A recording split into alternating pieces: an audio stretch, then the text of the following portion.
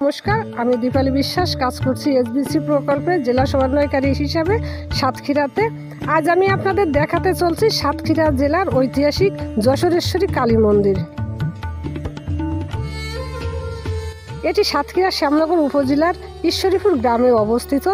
যশোরেশ্বরী নামের অর্থ যশোরের দেবী। হিন্দু ভক্তদের জন্য এটি একটি পবিত্র তীর্থস্থান। সত্যযুগের দক্ষ যজ্ঞের পর সতীমাতার দেহত্যাগ করলে মহাদেব সতীর মৃত্যুদেহ কাঁধে নিয়ে বিশ্বব্যাপী প্রলয় নৃত্য শুরু করলে বিষ্ণুদেব তার সুদর্শন চক্র দ্বারা সতীর মৃত্যুদেহ ছেদন করেন। এতে সতীমাতার দেহ খণ্ডসমূহ ভারতীয় উপমহাদেশের বিভিন্ন স্থানে পতিত হয় এবং এ সকল স্থানসমূহ শক্তিশালী পীঠ হিসাবে পরিচিতি পায়। মন্দিরটি আনারি নামে এক ব্রাহ্মণ কর্তৃক নির্মিত হয়। তিনি এই যশোরেশ্বরী শক্তি পীঠের 100টি দরজা নির্মাণ করেন, কিন্তু মন্দিরটি কখন নির্মিত হয় তা জানা যায়নি। পরবর্তীকালে লক্ষণ সেন ও প্রতাপাদিত্য কর্তৃক তাদের রাজত্বকালে এটি সংস্কার করা হয়েছিল।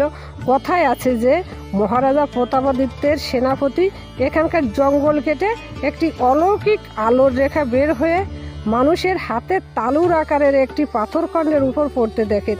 পরবর্তীতে প্রতাপাদিত্য কালী পূজা করতে আরম্ভ করেন এবং কালী মন্দিরটি নির্মাণ করেন।